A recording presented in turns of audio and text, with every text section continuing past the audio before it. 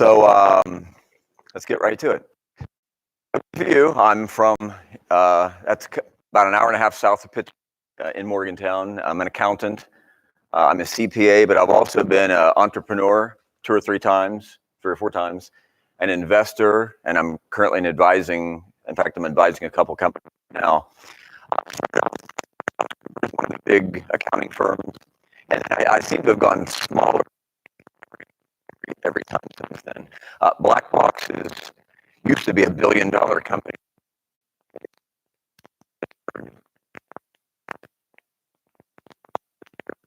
Actually with a CMU spin-out / startup called WiseWire, which I'll talk about in a minute. Software in the early 2000s. Security was a cybersecurity company that I co-founded in 2012 and sold in 2015. So I've worked on a lot of, and this pointer still does not work. Yeah. So I've worked on a lot of good and bad financial transactions, an attempted IPO, the bad being bankruptcy, with LBOs, that's called leverage buyout. That's really what used to be private equity. So private equity now is really leverage buyouts.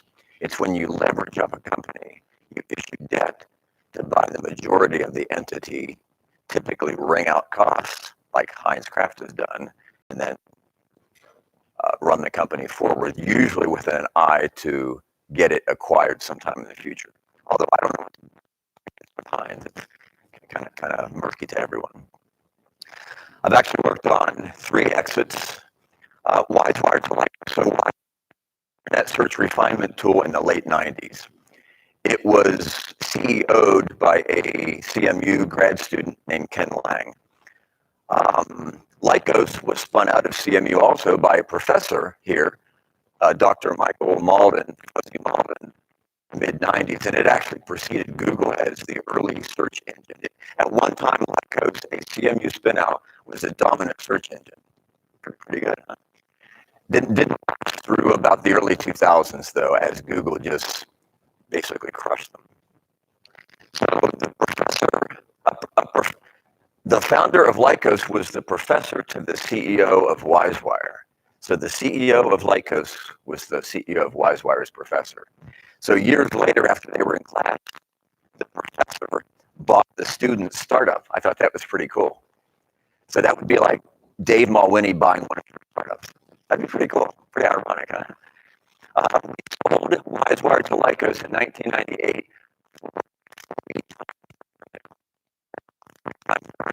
3 times. 3 times anything. Revenue 3x. Imagine having $1 million. We had $1 million in trailing 12 months. $14 million. 39.6. I'm calling that 40 million. Close enough. Those were the days. Sold our cybersecurity. The cybersecurity company that I helped go through in 2012, we actually licensed technology out of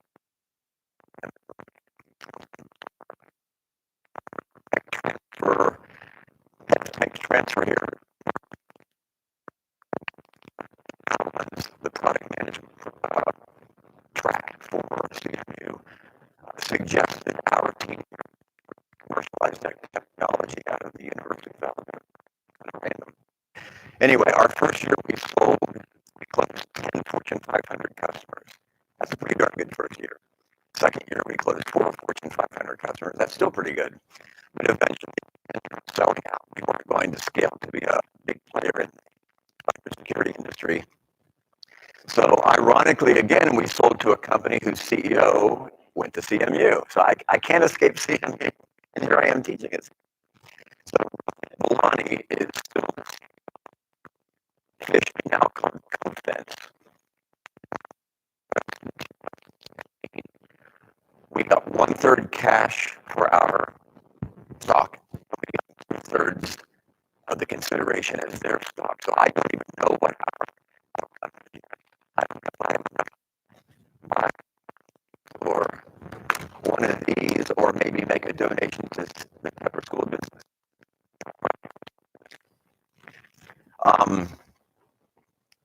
Anyway, that was a pretty interesting transaction.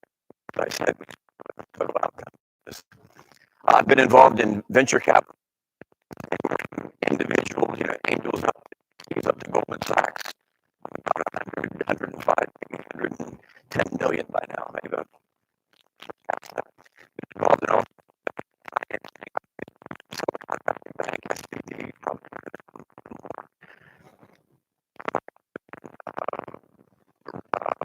creative institutions in the country.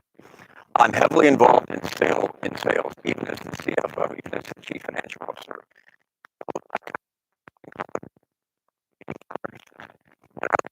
Bring in the beans so that they can be counted. So bringing them in is more valuable than just counting them.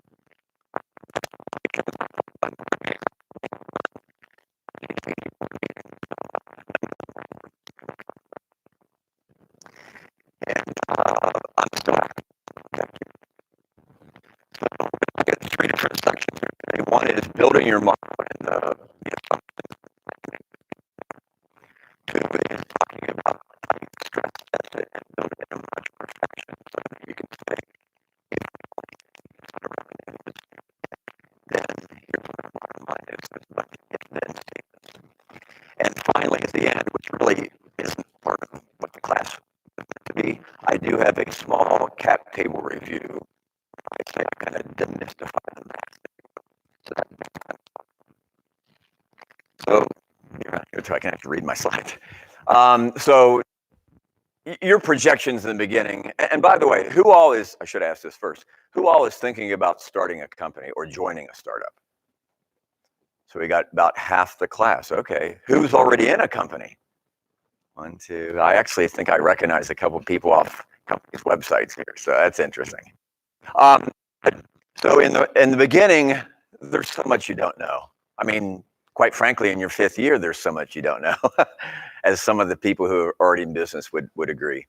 But what you should do in the very beginning or any time is have a 24-month cascading or flowing, I can't think of the term I want to use, a 24-month rolling forecast. So in the beginning, it would be, if you're just starting out, month 1 through month 24.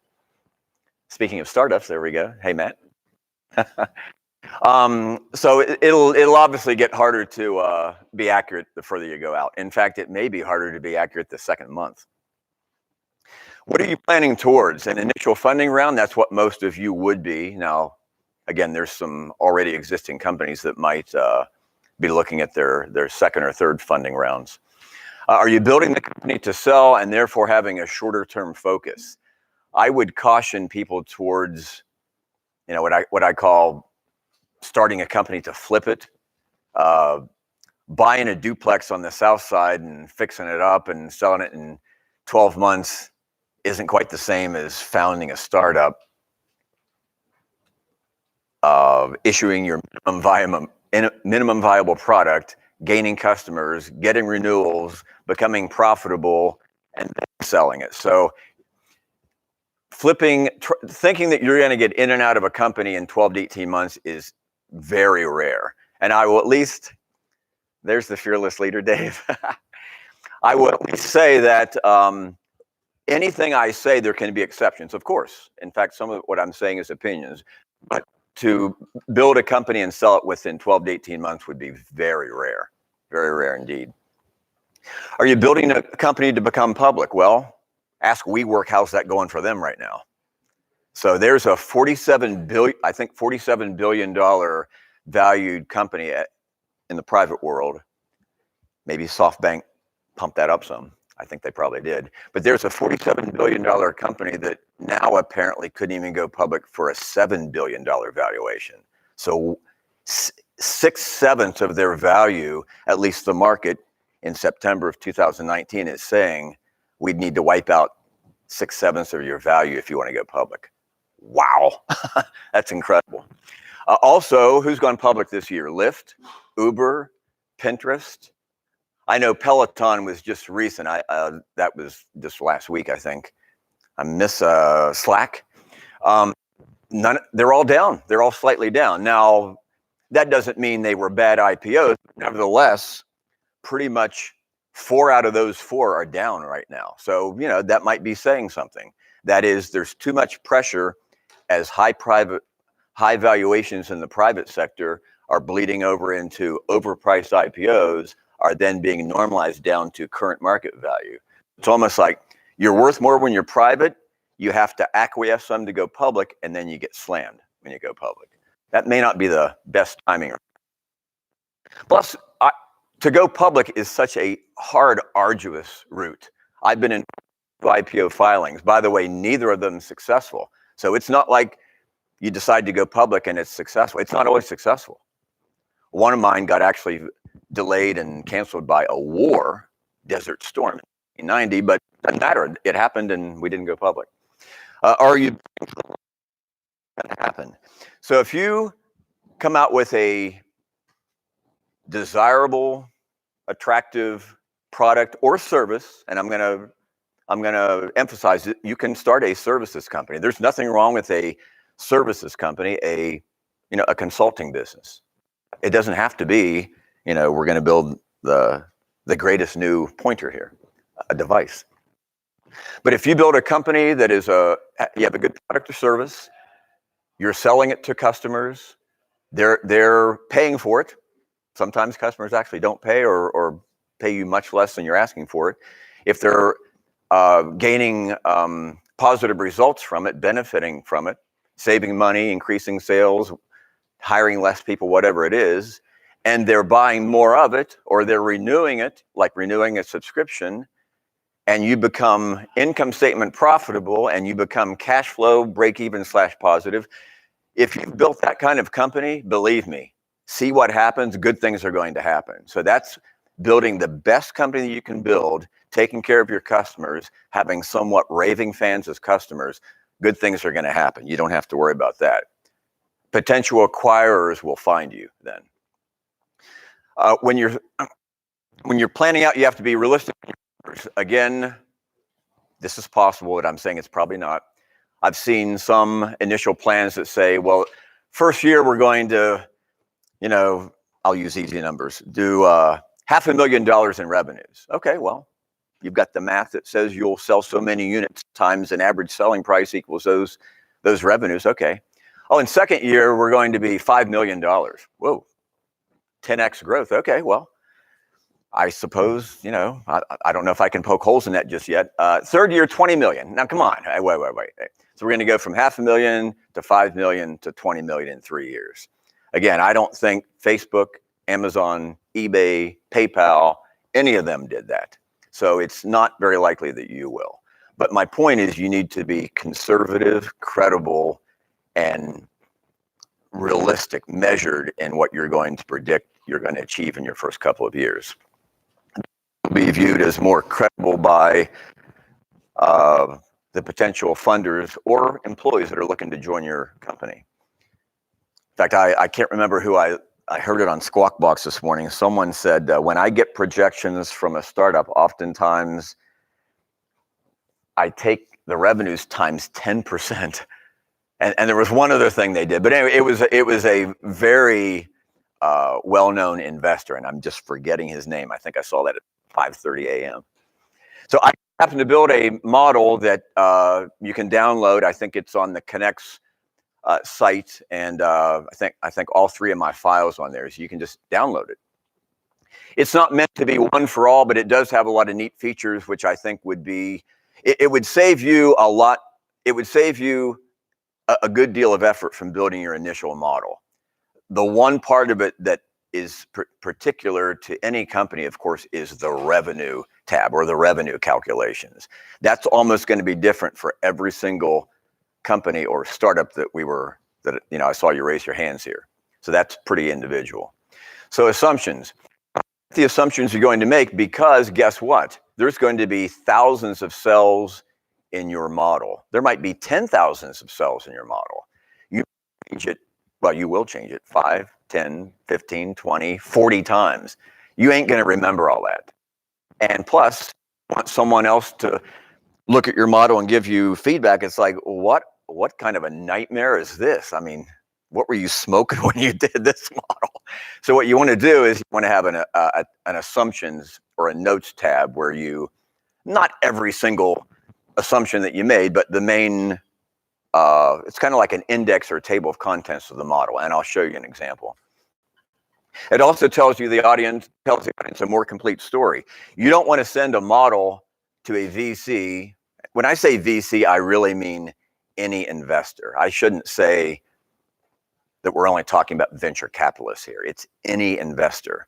And by the way, it could be a potential co-founder or potential early employee. If they're astute, they'll want to see your projections, see your model. So it doesn't just have to be that models or projections are for investors. They might be for your first ever CTO.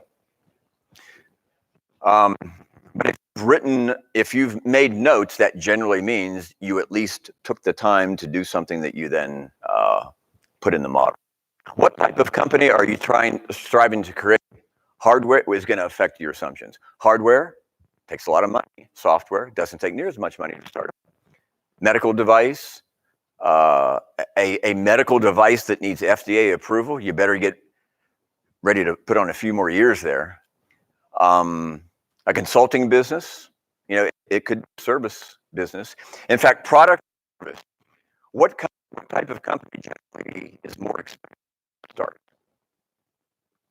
A product company. What type of company is usually more valuable if both companies are relatively successful? What type of company is usually more valuable in the end? Product company. That's not meaning to say that a company can't. In fact,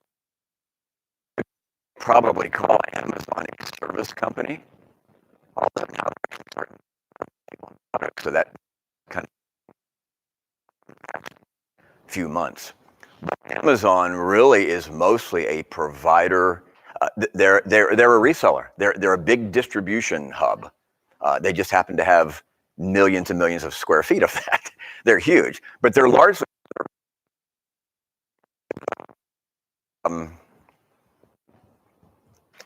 with Amazon Web Services. Again, it's even in the name.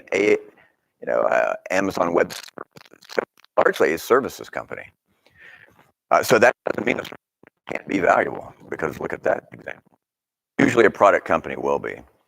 Are you going to build your product? You can't really build a service. Are you going to build your product, or are you going to buy and resell it? So I'm just going to take this Logitech pointer as my example throughout the class here and say, if I was going to build a nice version of this, which by the way, this is a really nice pointer. If I was going to do another version of this, I would have to go through the high-level design, architecture, development, building it, QA testing, user testing, and all that. And you would with any of the products you're going to put out there. If I'm going to buy it, all I have to do is say, hey, I can get this from, I don't know, Vietnam for $2 a unit and resell it on Amazon. I'll just say Amazon for $19.99. So I can get it for $2 and sell it for $20. That's 10 times. That's pretty good. So I'll just make money off of buying and reselling. Manufacturing it, again, product company takes a lot more effort than buying it. Buying it, you have to become a logistics expert like Amazon is. Source product, deliver product. They're a medium, they're a brokerage, they're a warehouse. But if you're going to manufacture it, you've got to build the warehouse literally and have the equipment in there to manufacture whatever it is you're going to build, and it's more cost intensive. So building it or buying it has a lot of different assumptions. Are you going to sell through, what is the best way to sell your product or service? Through your direct sales team, in other words, your team, or through partners? What do you think's more effective? Direct. Direct is more, and why would you say that, whoever said that?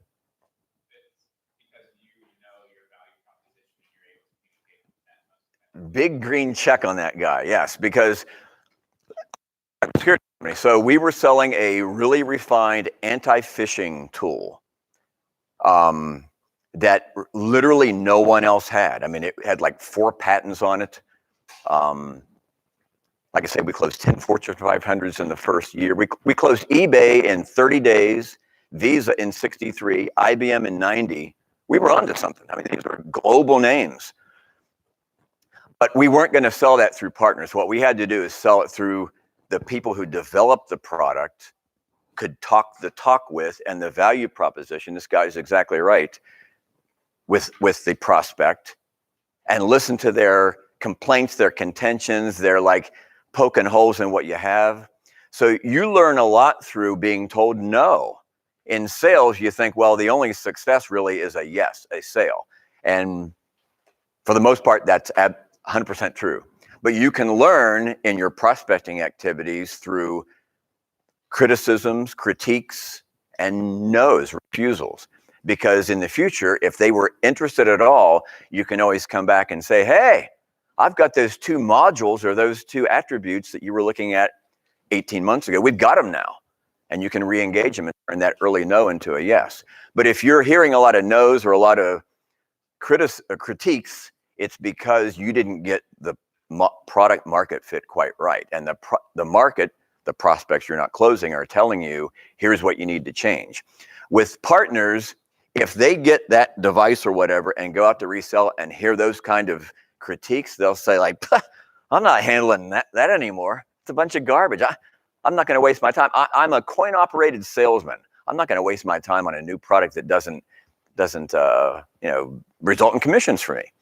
So now, once you've refined your sales process and you've got traction for probably at least your first 2 years, then you can start engaging partners, because you can say, here's the script that you can use with prospects to effectively close, or to give you a solid chance of closing deals. And here actually are our FAQs developed by our early team, where we got beat up by these early prospects. And here's what you say. When they say, but you guys don't have this, here's what you say. Or when they say, it'd be nice to have this feature, you say, it's the product roadmap for spring of 2020. So direct sales team first, partners later once you've shown some traction. What of and how many employees do you need to build your company or product or service? What percent of expenses, what percent of operating expenses personnel costs comprise? It's about 65 to 70%. So you could just roughly say 2/3. So 2/3 of every cost that you'll have outside of the cost of your product, that is, of your operating costs is what they're called, are going to be for people. And you get most of your work done through people. Results done through people. Actually, people.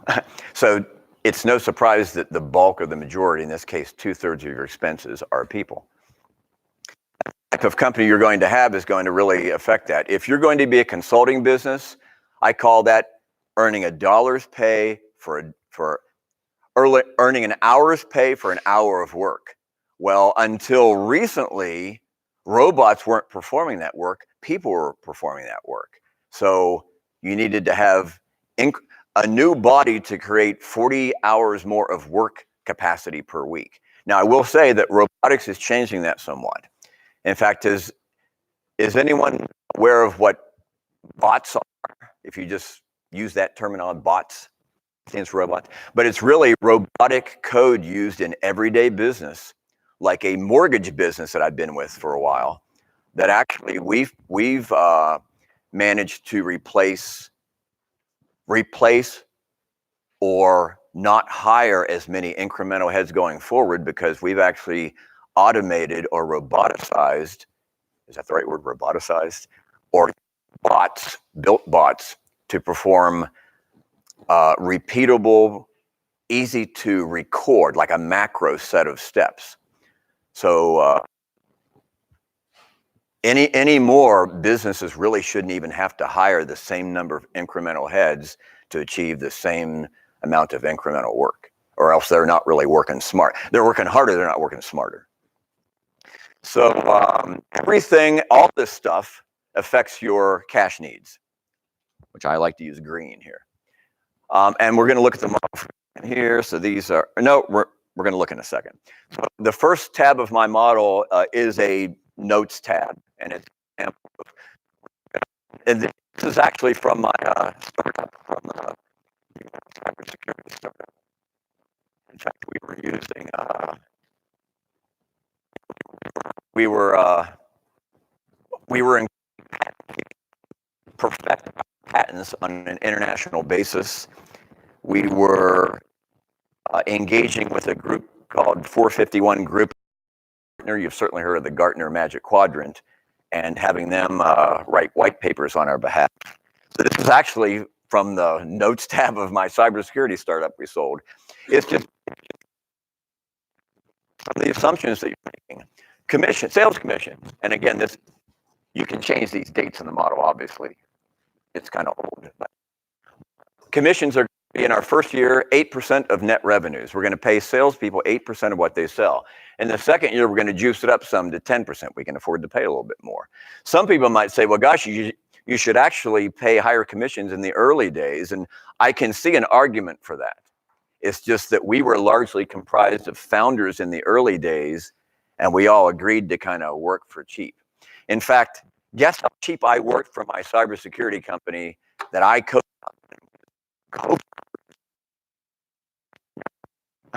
I was zero for comp, or cash compensation. Zero is pretty low. I don't think you can go any lower than zero. In fact, I paid to work at my startup. Now, I 22% company. That's pretty good. And I did eventually round of funding to enjoy some cash compensation. I had to raise money. I basically had to raise money to get paid money. But that was my job as the CFO. Again, the notes tab is documented. You want other readers to see and get kind of a employees. What tools do these employees to do their job? Well, is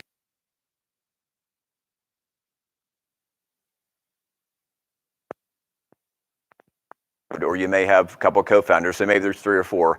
You're all probably very entrepreneurial, extremely thrifty, get the max out of the minimum of your resources, and generally speaking,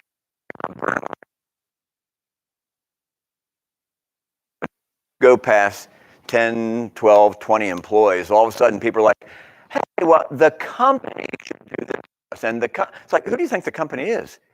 It's 12 people you see sitting here on cardboard. Who the company is. There's no magical, entity that's behind the curtain here called the company that just has endless cash. It's us. We have to actually close the sale while working on to have money to pay what you're asking for. So employees will always want the latest. So of course, want the best laptop we can possibly have with all sorts of RAM and video capabilities, so I can play, Call of Duty and Fortnite on the side. But anyway, yeah, I need the best laptop for now. I need a big monitor so I can. Actually, 2 big monitors. And come to think of it, I need a really comfortable chair to sit my hiney in while I'm sitting here working for you for 10 hours. So I want that $1,500 chair that I saw at Home Depot or Staples. And a friend of mine works over at Amazon, and they actually have a standing desk. So I would like a standing desk, and I really don't want to have to crank it at the side. So I'd like one that I actually just push a button and it goes up and down. And actually, a friend of mine works over at Google, and what they have is a treadmill desk. So we should have a treadmill desk. They're only like $2,275 each. So you can see as the company grows, people are not afraid to ask for, hey, Mr. or Mrs. Founder, we need this stuff. No, you don't. What you need to do is see our vision, help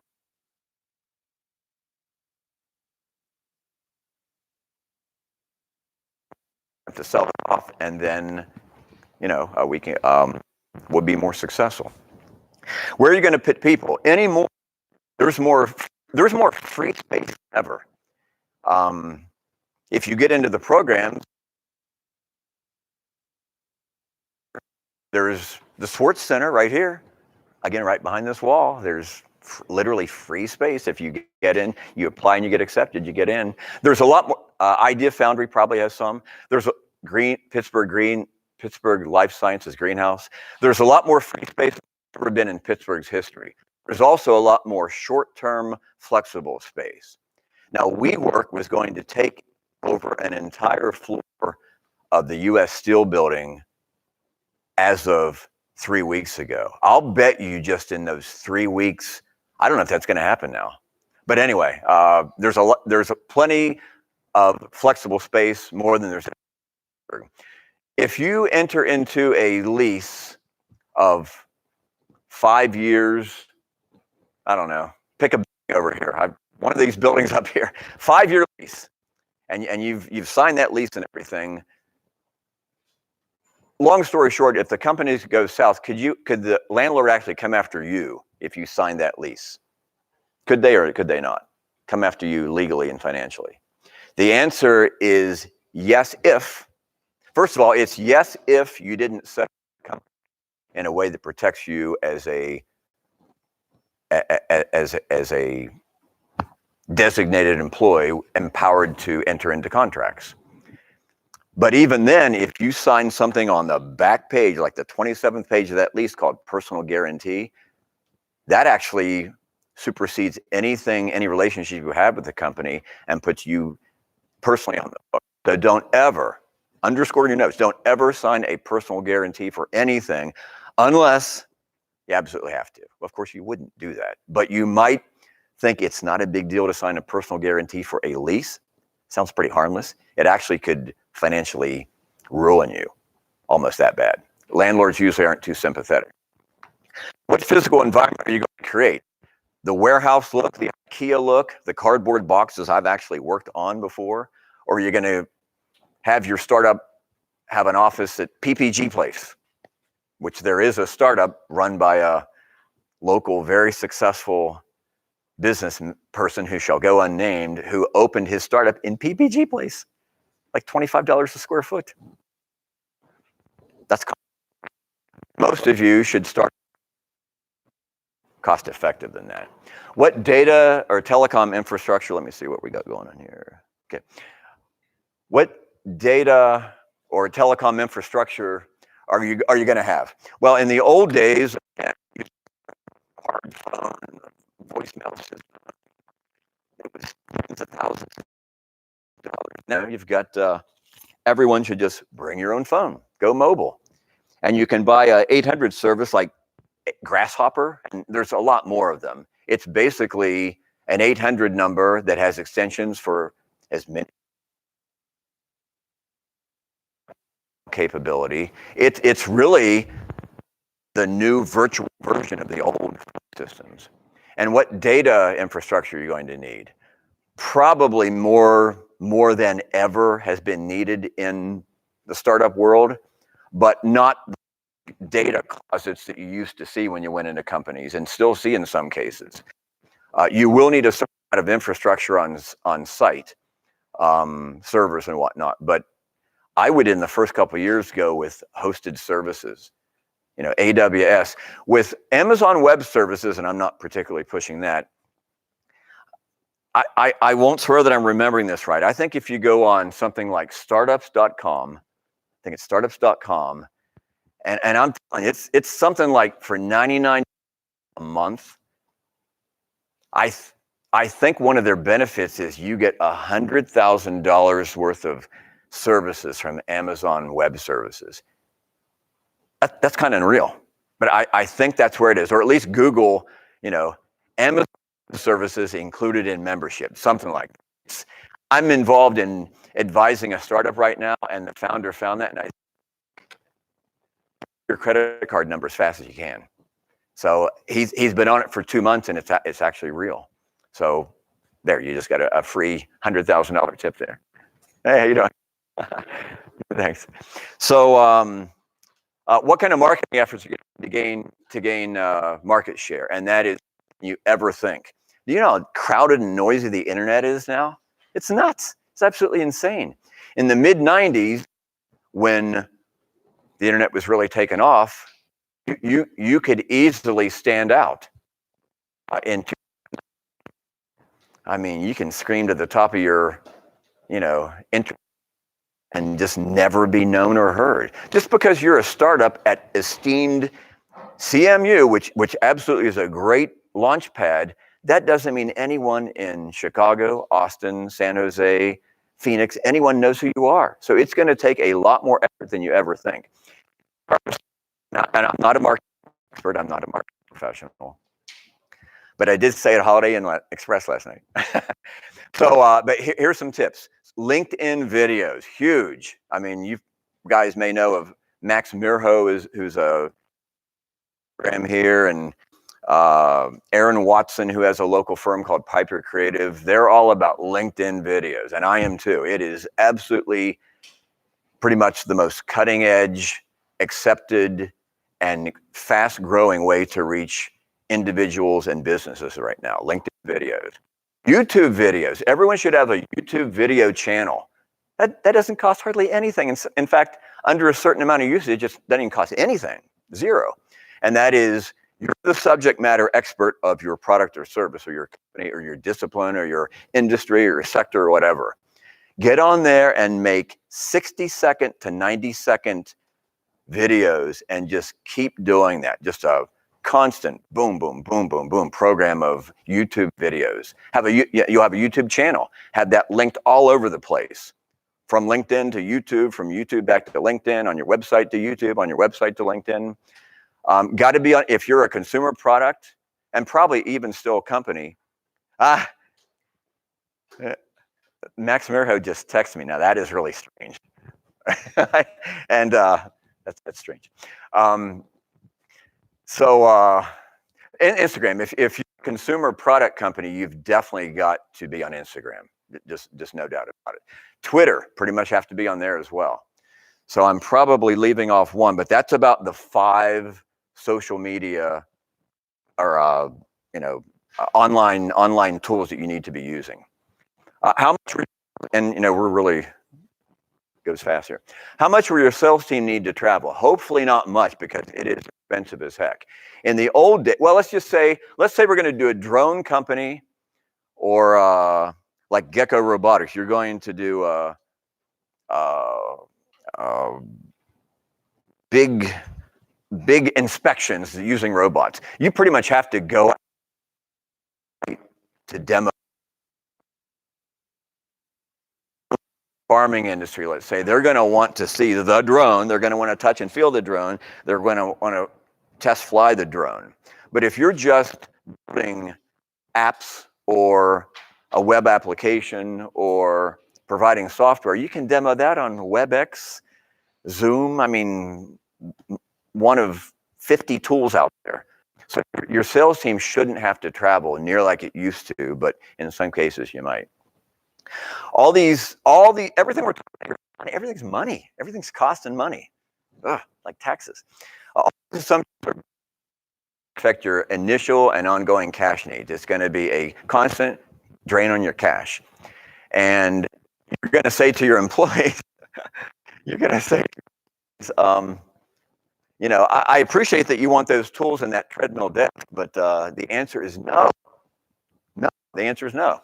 So speaking of cash, everyone says cash is king. Well, Phil says it's King Kong as I hit.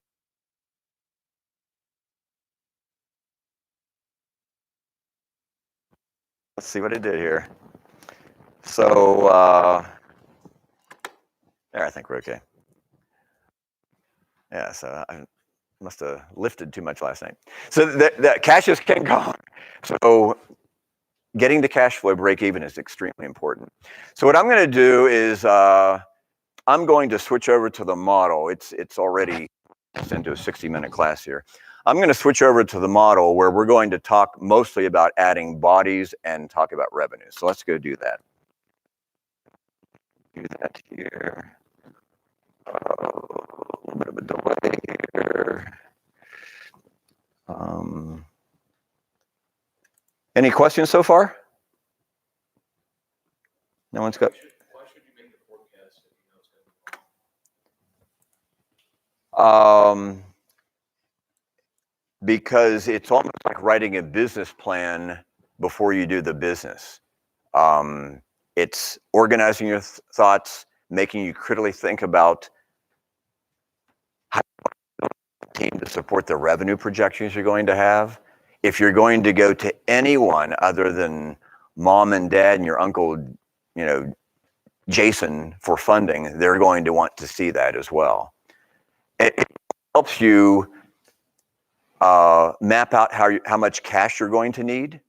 I mean, you don't want to just raise $1 million just because it sounds like a nice, round, advisable figure. You want to look at your model, what you've projected to be your expenses and your revenues, and try to, as best you can, because it's going to be kind of wrong, as best you can, earmark the amount of funding you need to raise. You don't want to raise any more money than you really need to, but you want to raise enough so that you aren't doing this fundraising thing in 8 months from now. So typically you'd want your funding round to last in the beginning, 12 to 15 months. You don't want it to last a few months because guess what? You're going to be right back on the fundraising trail.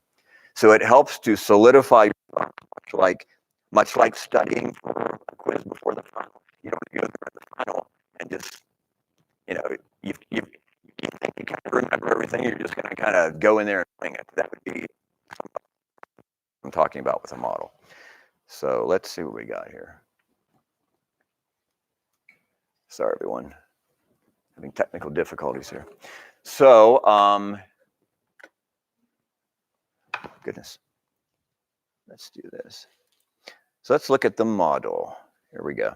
So here's the notes tab, and that's a little bit small, but you can see it's just a recapitulation of what I talked about in my slide. And I'm saying here, this model is a template and contains hypothetical data and illustrations about how formulas and everything flow, but you need to cater that to your own picture. Let's go over to, and I can't see certain things on my screen, which is what's kind of hampering me here. Let's do this. Goodness gracious. It is so microscopic on my screen, it is extremely hard to see. Jeez. And I can't get rid of that ribbon to go to the models. Interesting. So I may not be, if I can get this. Okay, bear with me here a minute. There we go. Okay, so let's look at hiring. So here is a hiring plan for you. So anything in green and blue is a variable input cell. Anything white is formulas. So in my models, almost always, or a green cell means.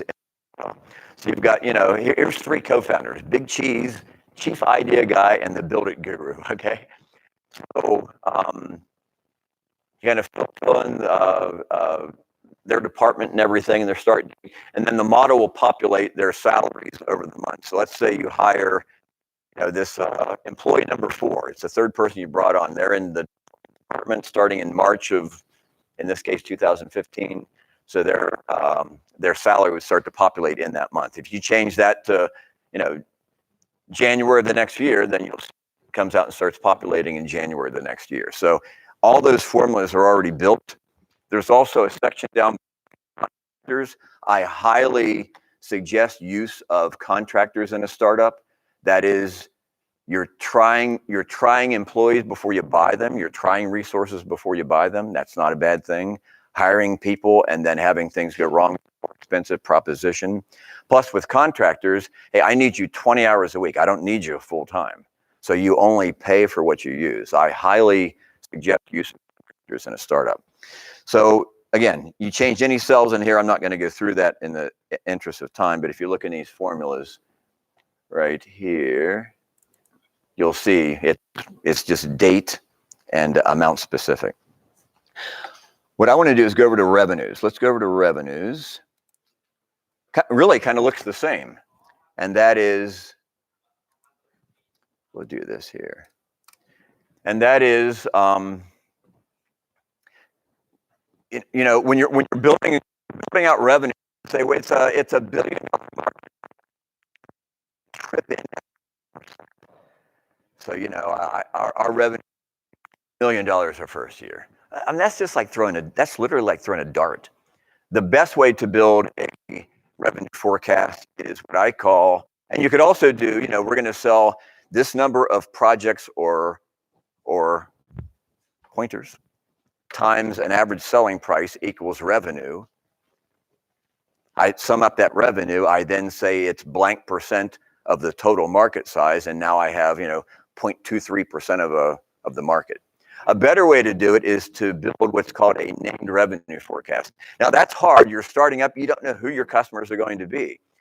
Some startups, because you didn't just create the startup when you probably woke up one day and all of a sudden you incorporated and now you're in business all in the space of 2 or 3 days. So you've probably been on this for a while. You've been going to class. You've been teaming up with other potential co-founders, and you may know your first couple of customers, or at least you have 3 or 4. Everyone's got 3 or 4 or 5 targets when they start a company about who they're going to approach with their product or service.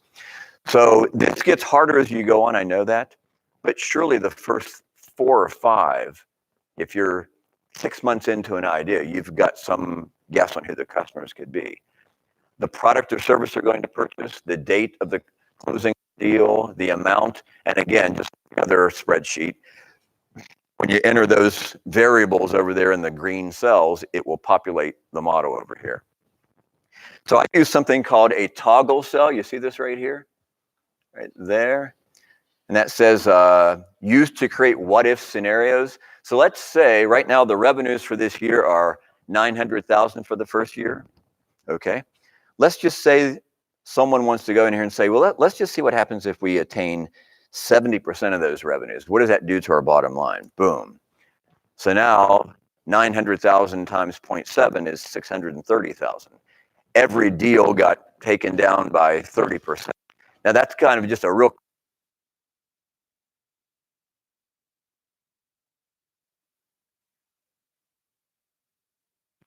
I think that's good to have in a model, and it's already a feature that's in here. If we look at Statements Monthly tab, that's the 3rd tab in. What I have here is, it's a lot of numbers. What I have here is the three financial statements. I have, let's look at this. Nope, we're not gonna do that, don't have time. So if we look at the income statement, revenues minus cost of product or service equals your gross margin. A lot of times you'll hear that's our margins. Hear that on Shark Tank. Minus all of your operating expenses equals income from operations, or what's called EBITDA. So in this case, in this first year, this company bottom line is producing red ink. In other words, kind of losses throughout the year. And so that's going to be pretty typical in your first year. So you can see all the months over here, January through December. If we scroll down this page, now I've got the balance sheet. Do you see that? So the balance sheet, just go off the tab. The balance sheet has assets, liabilities, and equity. So that's all in the, like, January has the income statement, the balance sheet, and the cash flow all down the same column. In fact, if we go down here a little bit more, we'll see the cash flow over there in column B or so. See cash flow? There we go. Yeah, cash flow.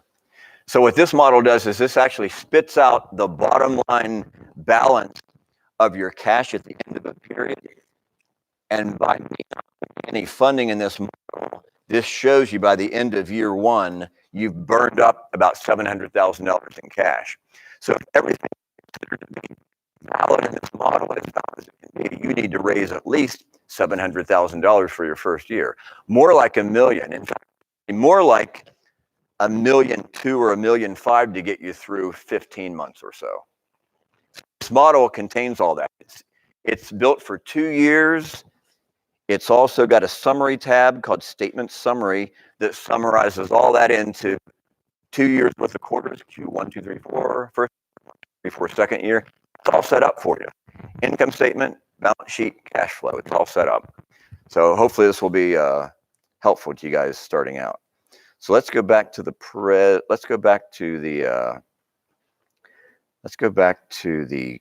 cap table example real quick. So I've got about 10 minutes for that. This class used to be longer, and now you can see why it would be good sometimes if we did have some more time. So what we're going to do here, this is day one. You've just founded your company. Congratulations. You got two founders, you and your co-founder. Right now, standing right here today, October, whatever it is, you and your founder have 2 million shares of the company.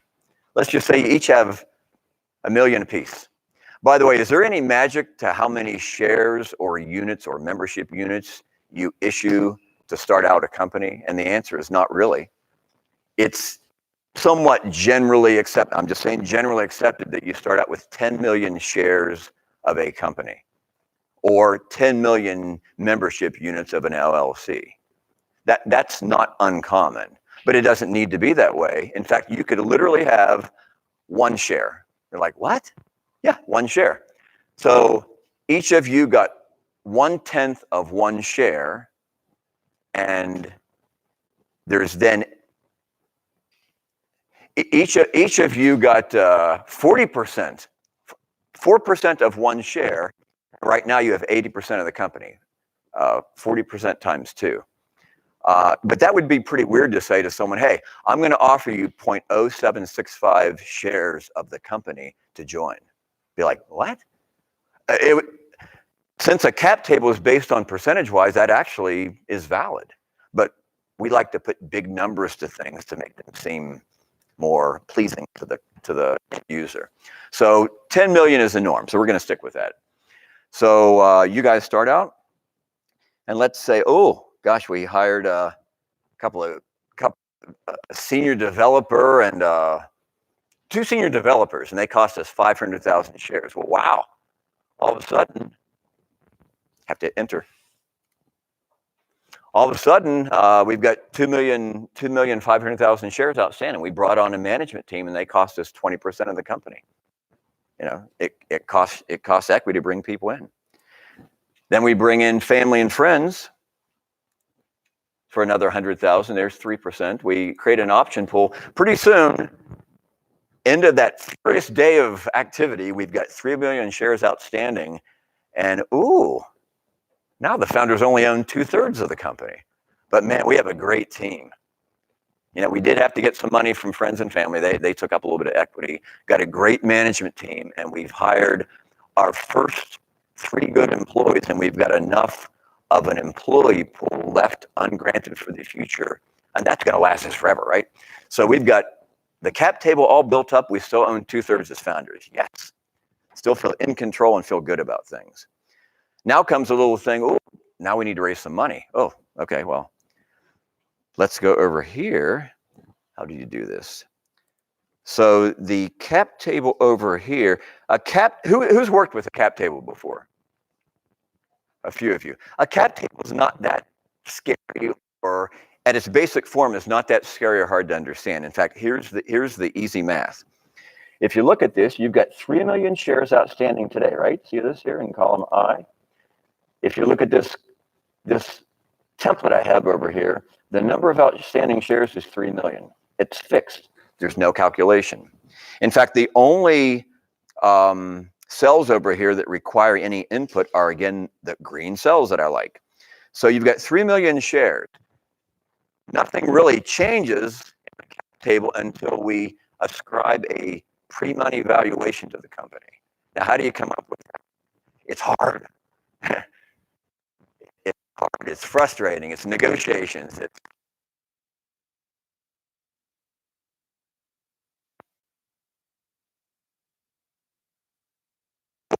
a company comes down to just basically good old hard-fashioned negotiating tactics.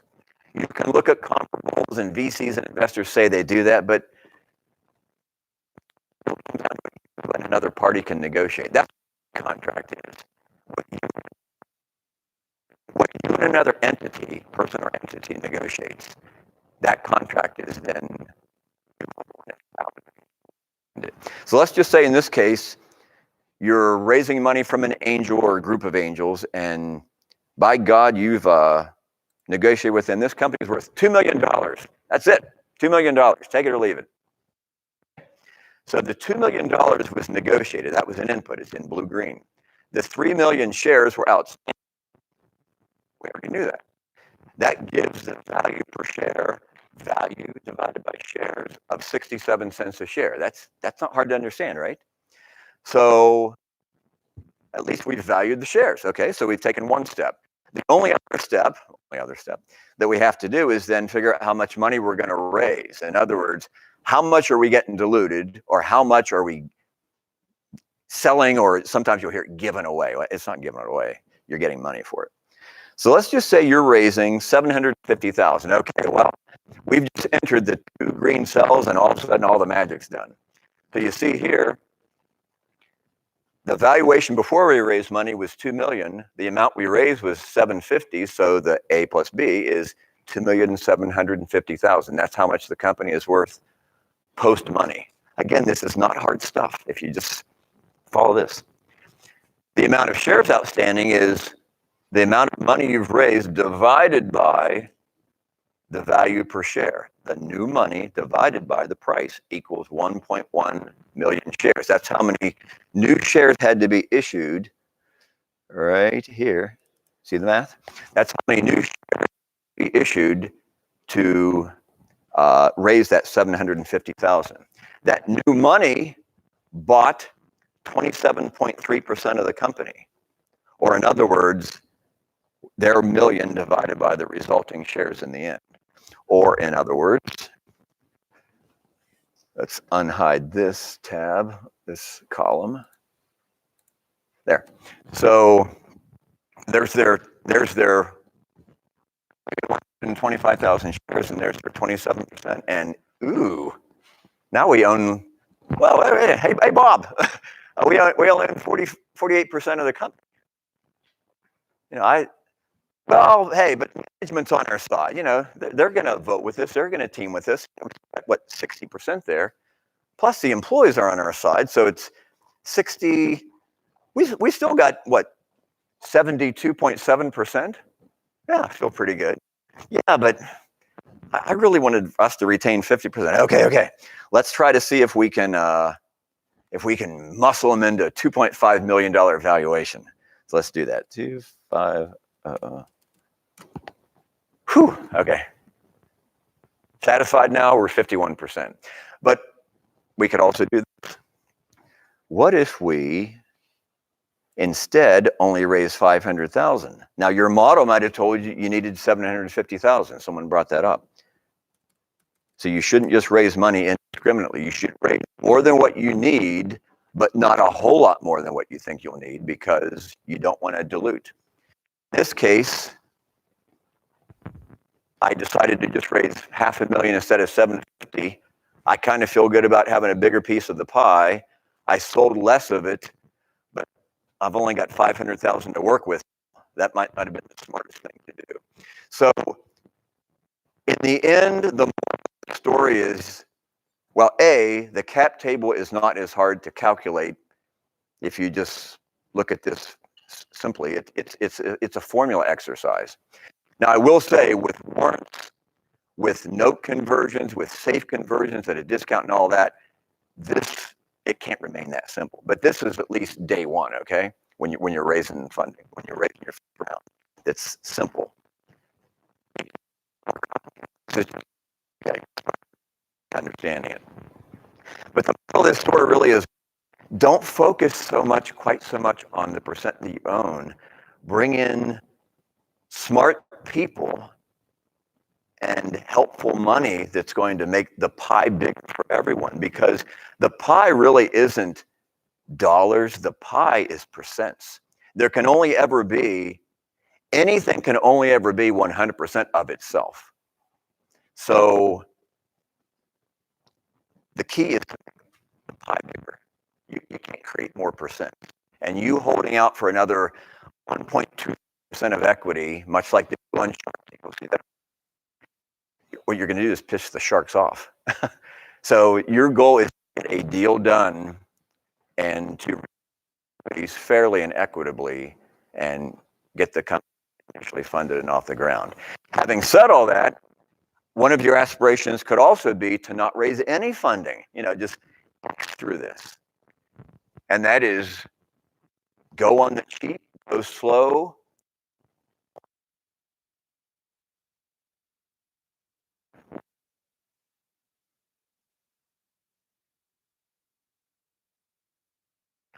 Is a very representative company. So I should keep this open for questions. I think I'm right about my time. So ask away, or feel free to come up afterwards. Yeah.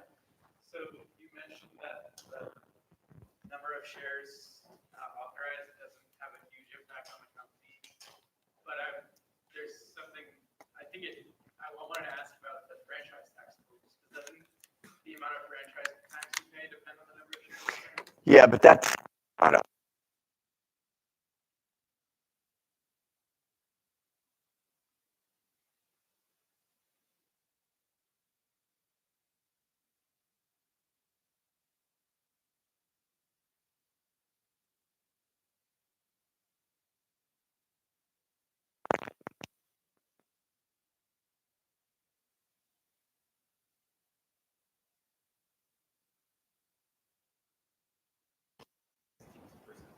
Can we share the what? Why do we introduce shares, like the concept of shares at all, and then just stick to percentages? Yeah, he's right. In fact, in a stock option grant, you'll often see, the company hereby grants Phil, 100,000 shares, which currently represents 1% of the company's outstanding shares. So that we could just get rid of the number and just say percentage, right? Because it really does come down to everything that matters here is the percentages. It's not the numbers so much. So in terms of the money you get from Angel or like a VC, we pay like federal or like state tax. No, raising funding itself and selling stock as an entity will not cause a tax event. Yeah, that's only when it's sold by individuals who have received the equity. And I didn't mean for this to all focus on. Can certainly go back to the model too. I didn't want to. Again, this was just kind of an add-on to the presentation. So yes. I like your model. Try to build that. Yeah, I tried.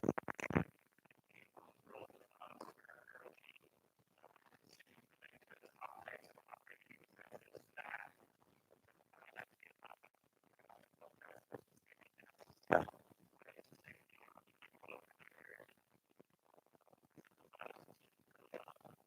I will say, to outfit a new employee, our spend is $1,200, something like that, and that's going to include computer, laptop, workstation, monitor.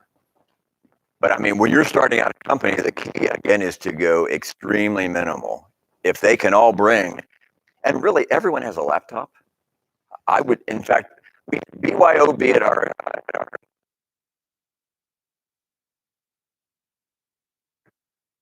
and people all laughed, but it was like, well, I've got a computer, you're right. I've got a phone. Why should the company have to supply that in the beginning? Now, the downside to that is, if they're working on IP and that's on their personal laptop, I want to make sure that is properly securitized. So there can be reasons why you might not want to do that.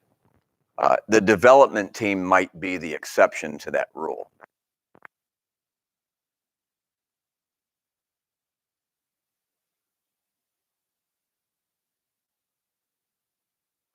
Security company together. We also patched Netronome, one of the companies I was with.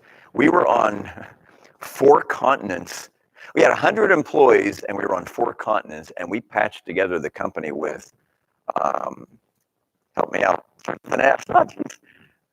oh, Skype, yeah, Skype. The only problem is we're getting calls at, 3 a.m. because we had people in Shenzhen, China. But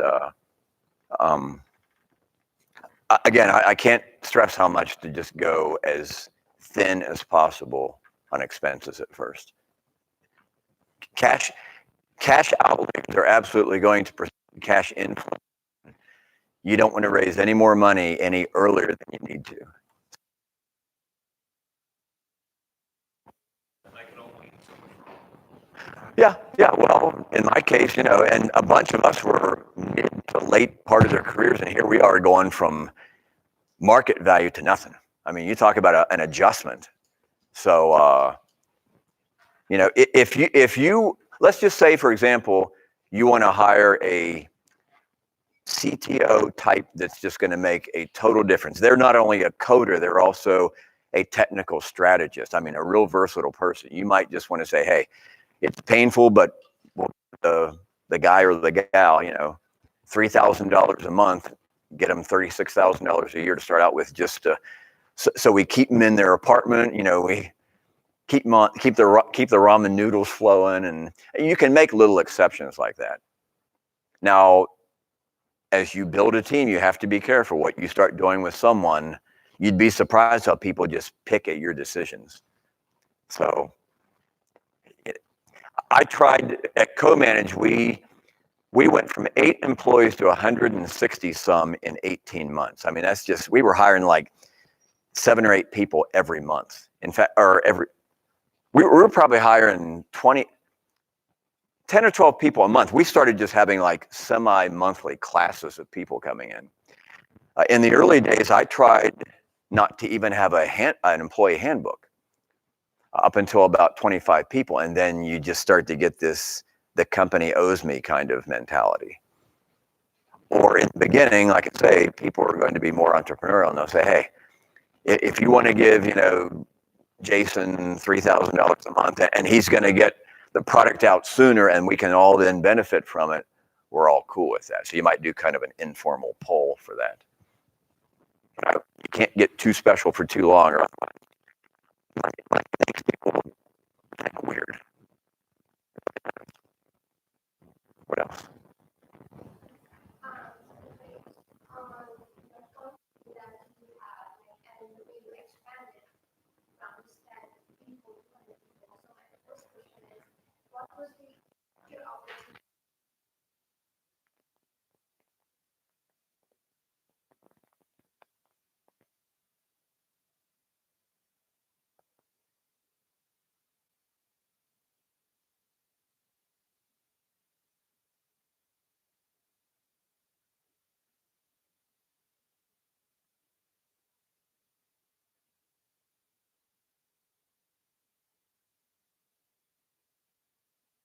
So my cybersecurity startup? Yeah, okay, yeah, yeah. So this is weird. We started out with 7 co-founders. That ain't good. I don't know what we were thinking. I don't know what people were smoking and drinking. But Phil, because there's the sales and marketing part of the business, which I do help with and support, but that's usually sales and marketing people. There's the product development and building of it. That's engineering or development. And then there's kind of everything else: finance, accounting, legal, HR, facilities, somewhat operations. That's been me. So yes, I had HR, and I was terminating 2 of my 7 co-founders within 6 months. That was painful. Like, I had one guy almost come across the table at me, and another guy, his spouse came in to confront me. So that was fun. So I've been actually almost physically accosted in a startup. So everyone had something different. I accidentally just described it. We had a VP of sales who never sold anything. That's pretty bad. We sold 10 Fortune 500s. He didn't sell one of them. That ain't good. That's almost like, the starting quarterback didn't throw any touchdown passes, but all the other guys who weren't quarterbacks did throw touchdown passes. That doesn't look good on the quarterback. So he was one person we terminated, but that was the skill we had. We hired sales. We had a lead developer. We had the jack of all trades here. We had the CEO who was the face of the company and the strategist. We had a product development guy, a product marketing guy who was product to market fit. That's so important. You guys here in your classes, and there's a couple more experienced people here, but product to market fit is so important. I've been with a company where we raised $60 million in venture capital funding, and only after 3 years, and about a half of that did we actually do a valid product to market fit. Can you believe that? But back in 99 or 2000, it was almost like if you have a pretty sexy or good idea, you could almost shortcut some of the steps of traditional business, and that was actually done. In fact, Goldman Sachs came into us for $5 million when we didn't even have $1 of revenue. That's crazy now. Those were the days. And then one of the people we hired was a COO, who again was another guy I had to fire. So we probably had 2 unproductive people in the very beginning. As far as convincing investors what we needed, it was development horsepower. So we had to hire people that were going to build out the code that we had licensed. We licensed this real ugly, researchy kind of code that didn't have any kind of user interface from University of Alabama at Birmingham. We needed to make it user-friendly, visually pleasing. So that took a lot of development work. We also, part of our cybersecurity software, supplied a data feed to our customers. So it was almost like software as a service or a service as a service. And we hired a bunch of people early on that they were called threat analysts. They would actually analyze the cybersecurity data we were feeding to that data had to be pristine. So we had a lot of people kind of scrubbing it before we sent it on. So we didn't hire hardly any more salespeople in the early. In fact, the original management team closed a lot of the deals. Even as the CFO, I helped close some deals. So how did we convince investors? It was, we'll have this level of accuracy in our data, and our software is user friendly. So we could convince them with engineering hires. It was harder to convince them, hey, I need a senior accountant to help do the numbers. That was a harder hire. So if a hire is tied to furtherment or refinement of the product or additional features or the set thereof, that's going to be more accepted by investors. Did I answer most of what you're looking for? Okay. Yeah. Have you seen any good software capital estimation models or things? So if you need an app or you need this piece or that piece to get a rough ballpark. I come from consulting, so I'm used to having those models, but never in the space that I now need. Now, what kind of models? I'm sorry. Like a software estimation. Say I wanted to build an iPhone app and I had a rough idea of how complex the 5 features would be. Okay. Able to run that through the model to get, say plus or minus 25%. Of the cost of development? Or even the hours, because I can figure out right. From that, but how long it's going to take to do A, B, and C directly plugs into the employees, would plug into my right. costs.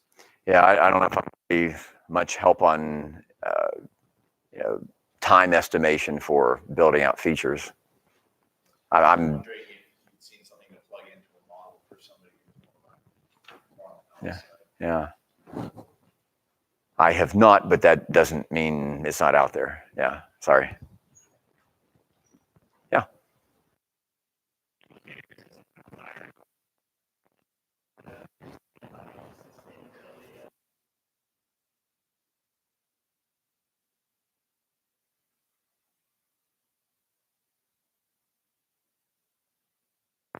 Running a team and you're actually going to look at their financials as part of your due diligence.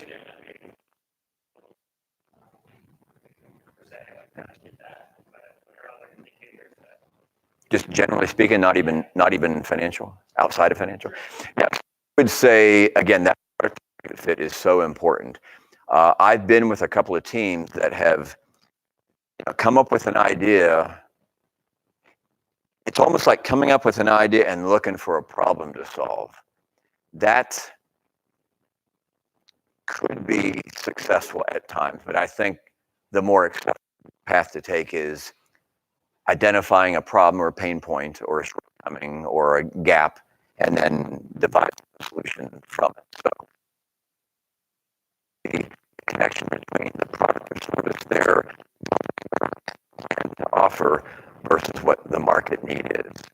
And me is like really important. Almost tied with that is the team. So if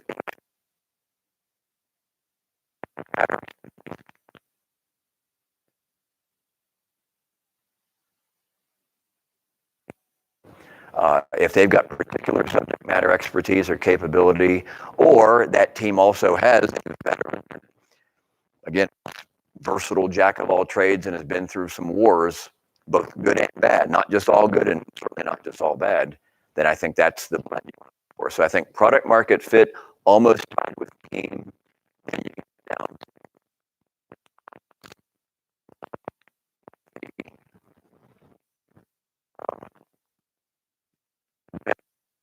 what product or service is looking to solve. I mean, in all honesty, I'm out looking for a team to join right now myself. So these are all things I'm, you know, how are they going to service the customer or the company that they're looking for? And has anyone on their team done this before? And in fact, what else has people on their team done before? Because it's important to see people that have gotten up off the carpet a couple of times when they've been knocked down. In terms of model, I mean, the fact that they're not overly pessimistic or not overly optimistic, and at least when they go through it with you, there's a reasonable story to it. You know, we're going to hire developers 6 months in advance of a new product or rev release. We're not hiring 6 weeks in advance because that's a little bit early. I mean, they need, if we've got a product release date of Q3 2020, you need to be hiring those dev resources by about the end of Q1 2020 to get them 6 months to build, test, iterate the product before the release date. You can't just, you may be able to hire a contractor for a little kernel of the code 6 weeks ahead. That's okay. But you can't be hiring the primary developers on a significant new release 6 weeks in advance. It's, like I say, probably more 2 quarters in advance. If they're hiring sales to her, I can tell you,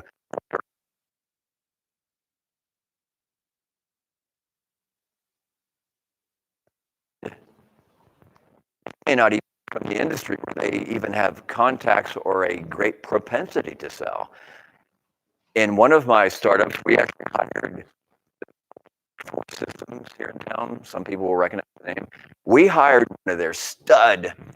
He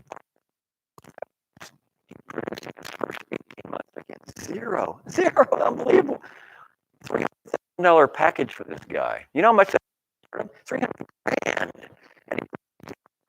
And I was never, and I voted against the hire. I mean, as a CFO, I've been in 70 or 80 board meetings. I was kicked out for hiring someone at a price that Cisco would pay, but we haven't even developed the product they're going to sell yet. And I was actually asked to leave the board meeting because I voted no against the hire. In the end, it was like, I said, do I need to say the words? They're like, no, you don't. No more VPs of sales. So I would be cautious at adding resources that aren't going to kind of hit the ground running or don't have enough to work on. I think that's really a telltale sign. Anything else? You? Okay. Thank you. All right. Thank you, guys. Okay.